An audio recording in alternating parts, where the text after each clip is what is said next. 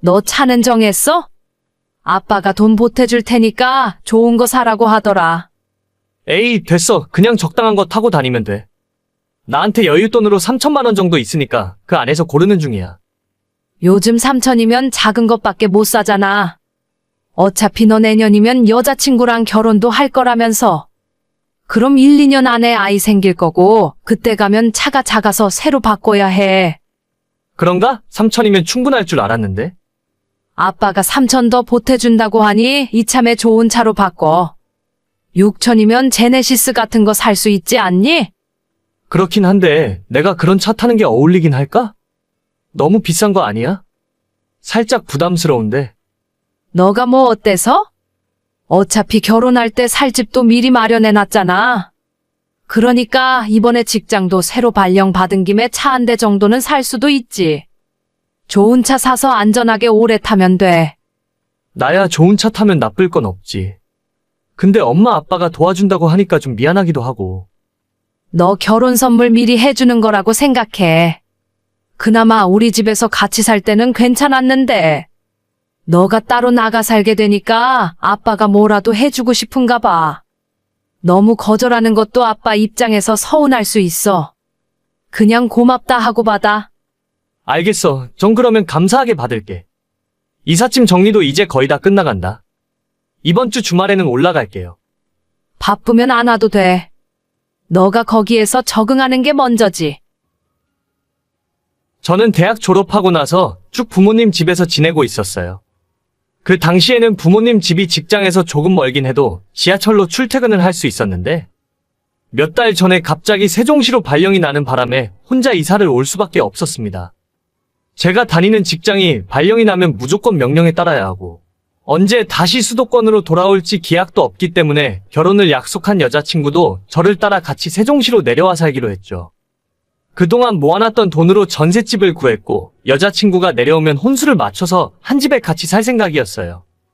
이미 양가 부모님들 허락도 다 받아놨고 내년 봄에 결혼식 올릴 예정이라 지금부터 같이 살아도 큰 문제는 없었습니다. 하지만 부모님 집에서 지낼 적에는 항상 대중교통을 타고 다녔으니 자가용이 필요 없었어요. 서울 생활이라는 건 차를 운전하는 것보다 오히려 대중교통이 훨씬 빠르기도 했고 가끔 주말에 한번 여자친구와 데이트를 할 때는 부모님 차를 빌려서 타면 되니까 차를 살 이유가 하나도 없었죠. 그래서 돈도 더 많이 모을 수 있었던 것 같은데 지방에서 살게 되면서 차가 없으면 불편한 점이 너무 많았습니다. 집을 구하고 남은 돈이 3천 정도 있었기 때문에 이 돈으로 차를 알아보고 있었는데 부모님이 지원을 해주셔서 조금 더 크고 좋은 차를 사게 되었습니다. 나중에 결혼하고 아이 태어나면 셋이 타도 될 만한 튼튼한 차를 사라고 해서 제네시스를 알아보다가 외제차 브랜드에서 SUV를 6천만 원 조금 넘게 주고 구입했어요.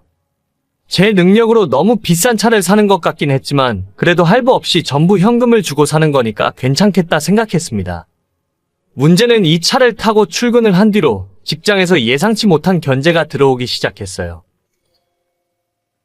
저기 직원 주차장에 못 보던 외제차가 있네. 누구 차야? 왜 대답이 없어? 누구 차 새로 뽑았어?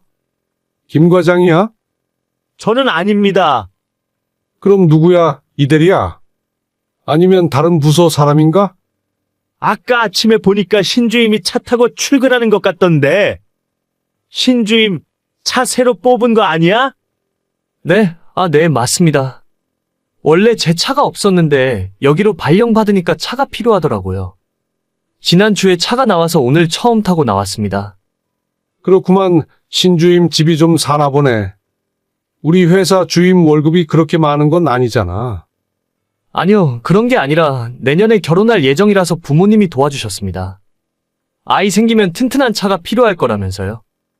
요즘 국산차도 참 튼튼하게 잘 만들던데.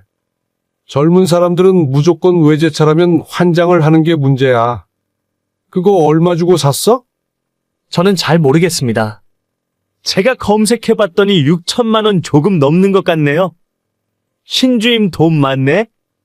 우리 중에 차가 제일 좋아? 죄송합니다. 그런 의도는 아니었는데. 죄송할 게 뭐가 있어? 자기가 여유 있고 자기 돈으로 외제차 산다는데 그걸 누가 뭐라고 해? 나 그렇게 꼰대 같은 사람 아니야. 역시 결혼 안 한 사람들은 하고 싶은 거 다 하면서 산다니까. 김 과장, 우리도 결혼만 안 했으면 벤츠 포르쉐 다 타고 다녔을 텐데. 그렇지 않아? 맞습니다. 저도 10년 된 중고차 안 타고 다녔죠. 애들 크면서 돈 들어갈 곳은 넘쳐나지. 와이프는 맨날 돈 더 벌어오라고 난리지. 외제차까진 바라지도 않으니까 국산이라도 새 차로 뽑았으면 바랄 게 없겠네요. 그래, 결혼한 사람들은 다 똑같다니까. 신주임은 아직 총각이라 혼자 벌어서 혼자 쓰잖아. 요즘은 카푸어다 뭐다 해서 돈 벌면 외제차 뽑아서 할부금 낸다 하더라고.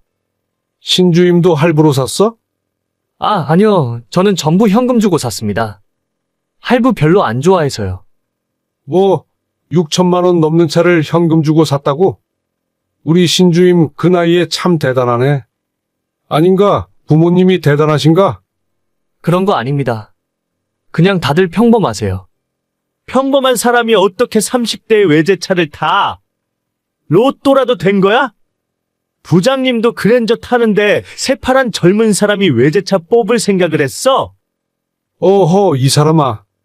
누가 보면 내가 외제차 타지 말라고 한 줄 알겠네. 신주임, 우리는 그런 거 신경 안 쓰니까 맘 놓고 타고 다녀. 근데 창피해서 나도 이제 차를 바꾸던지 해야겠다. 부장님, 뭐로 바꾸시게요? 부장님이 바꾸시면 저도 바꾸겠습니다. 글쎄, 우리 신주임이 외제차 타니까 나도 외제차 한번 알아볼까? 벤츠, 이런 건 요즘 얼마나 하나? 부장님 인격에는 S클래스 이 정도는 타주시는 게 맞죠? 그거 엄청 비싸잖아. 신주임 정도 되는 사람들이나 살 수 있는 거지. 나 같은 평범한 사람은 못 사. 김 과장, 우리는 제네시스나 한번 알아보자고. 제네시스도 저한테는 무리입니다. 부장님 제네시스 뽑으시면 저는 그랜저로 알아보겠습니다. 원래 부하 직원은 한 급 낮춰서 타는 게 맞죠? 그래, 그런 법이 있었어?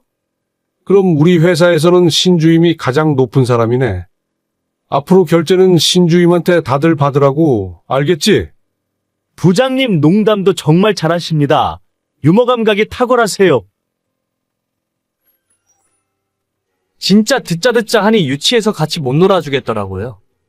제 차가 엄청 대단한 브랜드의 외제차도 아니고 아이 낳으면 새 식구 타고 다닐 만한 적당한 크기의 SUV입니다. 도저히 업무를 하기에 불가능할 정도로 차 이야기를 계속하길래 저 대화 내용 그대로 캡처해서 본사 인사과에 직장 내 괴롭힘으로 신고해버렸어요. 부장이랑 과장은 둘 다 징계 처분을 받았고 저는 본사와 계속 이야기 중이긴 한데 조만간 여기 발령 끝내고 다시 서울로 올라가게 될 것 같아요. 누가 무슨 차 타고 다니는지가 왜 그렇게 중요한지도 모르겠고 제가 할부로 사든 부모님 돈으로 사든 무슨 상관이라 저러는지 이해를 못하겠습니다. 그래도 본사의 빠른 조치 덕분에 저 인간들이랑 오래 같이 일하지 않아도 되는 건 정말 다행이네요. 수준 떨어지고 못난 인간들 옆에 있다 보면 저도 멍청해질까봐 불안했는데 잘 됐어요.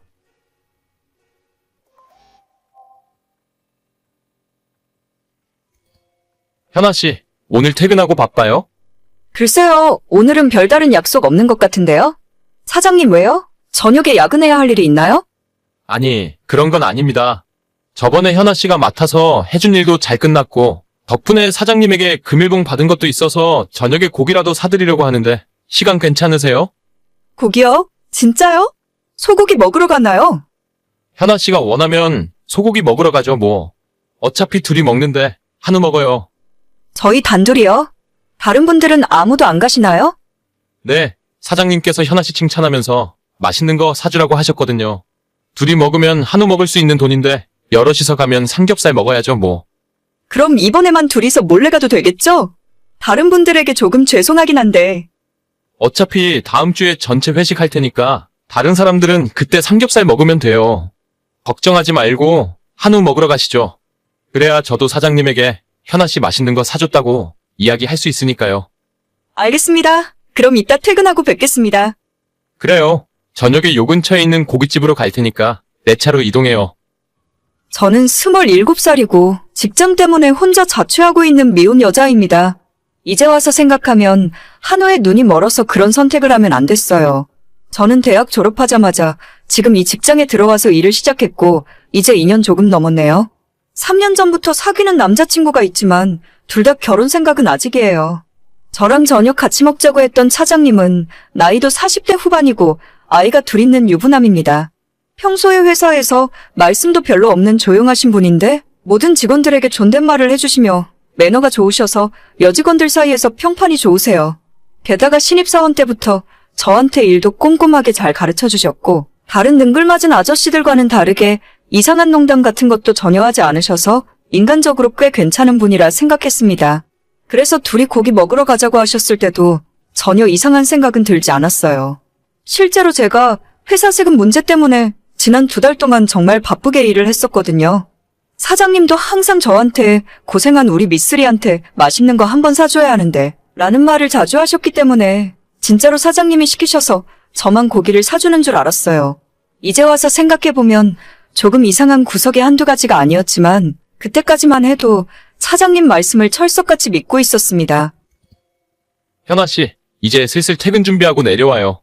다른 직원들이 보면 혹시라도 오해받을 수 있으니까 뒷문 쪽 주차장으로 나와요. 알겠습니다. 지금 하는 일만 마무리 짓고 10분 안으로 내려갈게요. 근데 오늘 한 분 더 오실 텐데 괜찮을까요? 현아 씨도 아는 분이에요. 다른 분이요? 저희 회사 사람인가요? 솔직히 저희 회사는 아니고 거래처에서 일하시는 분인데 현아 씨랑 자주 보고 얼굴도 아는 사이일 거예요. 아, 그게 저는 저희 둘만 가는 줄 알았는데 모르는 사람 있으면 불편해서 먹기가 좀... 아니에요. 현아 씨랑 잘 아는 분일 텐데. 막장건설 아시죠? 거기에서 일하시는 분인데 얼굴 보면 아실 거예요. 제가 그분이랑 친분이 좀 있어서 오늘 식사하는 김에 같이 약속을 잡아버렸네요. 불편하시면 그냥 그분한테 다음에 보자고 할까요? 이미 약속 잡으신 것 같은데 괜찮아요. 저는 그냥 밥만 먹고 가면 되니까 상관없어요. 이해해줘서 고마워요. 현아 씨는 그냥 고기만 맛있게 먹으면 될 거예요. 알겠습니다. 갑자기 거래처 회사에 직원을 데려온다고 해서 솔직히 좀 깜짝 놀랐어요. 그래도 얻어먹는 처지에 뭐라고 하긴 그렇고 나는 신경 쓰지 말고 조용히 고기나 먹고 가면 그만이라는 생각이었죠. 사장님 차를 타고 식사 장소에 도착을 했더니 정말 어디서 많이 보던 분이 나와 계시더라고요. 얼굴도 까무잡잡하고 연세는 50대 후반에서 60대로 보이는 아저씨였는데 차라리 저랑 나이 차이가 확 나는 분이라서 신경 쓸 일 없어서 좋겠다 싶었죠. 자리에 앉자마자 기다리던 한우를 시켜서 먹기 시작했고 오랜만에 먹는 소고기라서 그런지 정말 입에서 살살 녹고 맛있었어요. 다들 직장인들이라 별로 할 말도 없고 이런저런 회사 이야기나 서로 사장님 뒷담화도 하면서 아저씨들이랑 그런대로 즐겁게 식사를 하고 있었는데 갑자기 저랑 함께 온 차장님이 화장실을 다녀오겠다고 하고는 한참 동안 그대로 돌아오지 않더라고요. 사장님, 무슨 일 있으세요? 20분이 넘었는데 왜 안 돌아오세요? 현아 씨 미안해요. 나 오늘 집에 급한 일이 있어서 먼저 들어가 봐야 할 것 같아요. 계산은 저희 먹은 것까지는 했고 추가로 주문한 거 있으면 그 형님이 하실 거예요. 편하게 식사하고 즐거운 시간 보내요. 아니 갑자기 이러시는 게 어디 있어요? 제가 이분이랑 무슨 이야기를 하라고. 저 그냥 일어날래요. 너무 그러지 말고 한 30분만 더 있어봐요. 아무튼 오늘은 너무 미안해요. 내가 다음에 크게 한턱 쏠 테니까 화내지 말고. 사장님! 이게 대체 무슨 상황이에요? 그렇게 저는 거래처 아저씨와 단둘이 남게 되었습니다. 그분은 관심도 없는 본인 소개를 줄줄이 하기 시작했어요. 나이는 58세, 아직 미혼이고 팔순의 노모와 둘이 살고 있다고 하시네요. 이미 그 전에 고기를 먹으면서 소주를 한 잔씩 마시고는 있었는데 식사도 거의 끝나고 저도 집으로 돌아가려 했지만 그분께서 소주 한 병을 추가로 시키더라고요. 자기랑 이거 한 병 다 마실 때까지만 이야기 좀 하자면서 저한테 남자친구가 있는지 물어보고 연애 상대로 연상은 어떻게 생각하느냐 묻더라고요. 그때 제 기분은 정말 참담했고 뭐라고 말로 표현할 수도 없었습니다. 2년 전에 저를 처음 봤을 때부터 상냥하고 싹싹한 모습이 참 마음에 들었다면서 특히 우더른들께 잘해서 좋다는 칭찬을 하시더라고요. 제가 중학교 때까지 집안 사정 때문에 외할머니와 함께 살아서 평소 어른들에게 잘하고 말도 싹싹하게 하는 편이긴 해요. 아무리 그래도 그렇지 저랑 20살도 넘게 차이 나는 아저씨가 어떻게 저한테 호감을 표현할 수 있는지 소름이 쫙 끼치더라고요. 소주잔에 담긴 술을 다 먹으면 사귀는 거라며 웃기지도 않은 농담을 하고 자꾸만 저한테 술을 더 먹이려 하고 이 술 다 먹을 때까지는 못 간다고 하길래 그냥 콜택시 불러서 도망치듯 빠져나왔습니다. 그 자리에 더 있다가는 무슨 일을 당할지 모르겠다는 생각이었고 이 모든 상황이 너무 불쾌했거든요. 뒤에서 저를 붙잡는 소리가 들렸지만 무시하고 택시가 오자마자 타고 집으로 가고 있는데 모르는 번호로 연락이 오더라고요. 현아 씨, 오늘 즐거웠습니다. 다음에 또 만날 기회가 있었으면 좋겠네요. 누구시죠?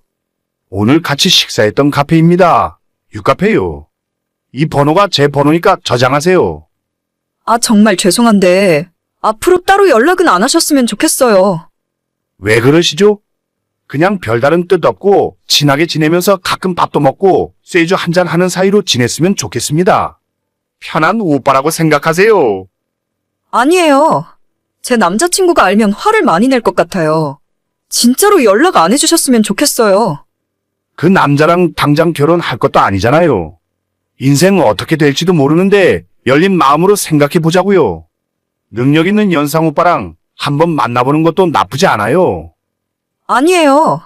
저희 아빠랑 형님 동생 하실 나이인 것 같은데 너무 부담스러우니까 그만해주세요.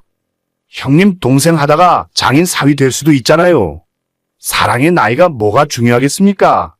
현아 씨 처음 봤을 때 어른들에게 싹싹한 모습 보니까 울 어머니 생각나더라고요.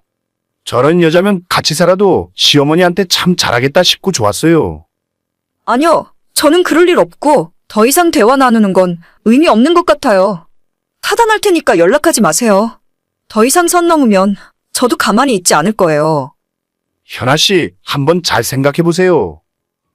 어떻게 58살 먹은 아저씨가 나한테 저런 생각을 품고 있는지 정말 징그러운 기분이었어요.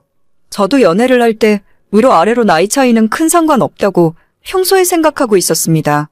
상대방 남자가 충분히 괜찮은 사람이라면 띠동갑 정도는 만날 수도 있다 싶어요. 그런데 내일 모레 은퇴할 나이인데 별다른 직급도 없는 아저씨랑 제가 만날 이유는 없잖아요. 게다가 늙은 홀어머니까지 모시고 산다는데 제가 어머니 잘 모실 것 같아서 좋다고요? 진짜 그 말 듣는 순간 앞에 있는 소주병으로 그냥 확! 아무튼 집에 오는 내내 진정도 안 되고 너무 화가 나서 차장님에게 다시 연락을 했습니다. 저기요 차장님, 진짜 너무한 거 아니에요? 어떻게 제 연락처까지 알려줄 수가 있어요? 미안해, 현아 씨. 다음에 내가 진짜 크게 한턱 쏠게. 그 형님이 현아 씨가 너무 마음에 들었는지 꼭 자리 한번 만들어 달라고 하길래. 저 진짜 이번 일 그냥 안 넘어가요. 내일 출근하면 인사과에 이야기할 테니까 알아서 하세요. 사장님이 뭔데 제 번호를 함부로 알려줘요? 저 경찰에 신고할 테니 그렇게 아세요. 현아 씨, 그렇게 하면 회사에서 서로 곤란해져. 내가 다시는 연락 안 오게 막아줄 테니까 한 번만 용서해줘. 응? 내가 그까짓 회사 그만두는 한이 있어도 당신 같은 인간은 절대 용서 못해. 팔아먹을 게 없어서 부하 직원을 팔아먹어? 현아 씨, 내가 진짜 미안해. 어떻게 보상을 하면 좋을까? 다음 날 출근했는데 차장이 저를 탕비실로 따로 부르더군요. 제 앞에서 무릎 꿇고 절대 인사과엔 이야기하지 말아달라는데 순간 그 모습 보니 마음이 조금 약해졌어요. 사과의 의미로 100만 원을 제게 주고 앞으로 절대 그 아저씨에게서 연락 안 오게 해주겠다는데 일단 한번 속는 셈 치고 그 말을 믿기로 했어요. 지금 다니는 회사가 살고 있는 집에서 가깝기도 하고 솔직히 이만한 직장 구하기 쉽지 않거든요. 마음 같아서는 경찰도 부르고 인사과에 이야기해서 홍구멍을 내주고 싶지만 괜히 저까지 불이익 당할 것만 같고 일 커지게 만들고 싶진 않네요. 그날 점심시간에 차장님이 바로 제 통장으로 100만 원을 입금해 주었고 일단 그거 받고 참기로 했어요. 만약 또 그 아저씨한테 한 번이라도 연락이 온다면 그땐 참지 않고 바로 신고해버릴 겁니다. 너무 쪽팔린 일이라서 남자친구는 물론 주변에 아무한테도 이야기 못했어요. 지금도 어떻게 20살 차이 아저씨가 저한테 고백할 수 있는지 그렇게 내가 만만하게 보였을까 하는 생각에 며칠째 우울한 마음이 가시질 않습니다. 오늘의 사연은 여기까지입니다. 구독과 좋아요, 알림 설정은 많은 힘이 됩니다. 다들 행복하시고 좋은 하루 되세요.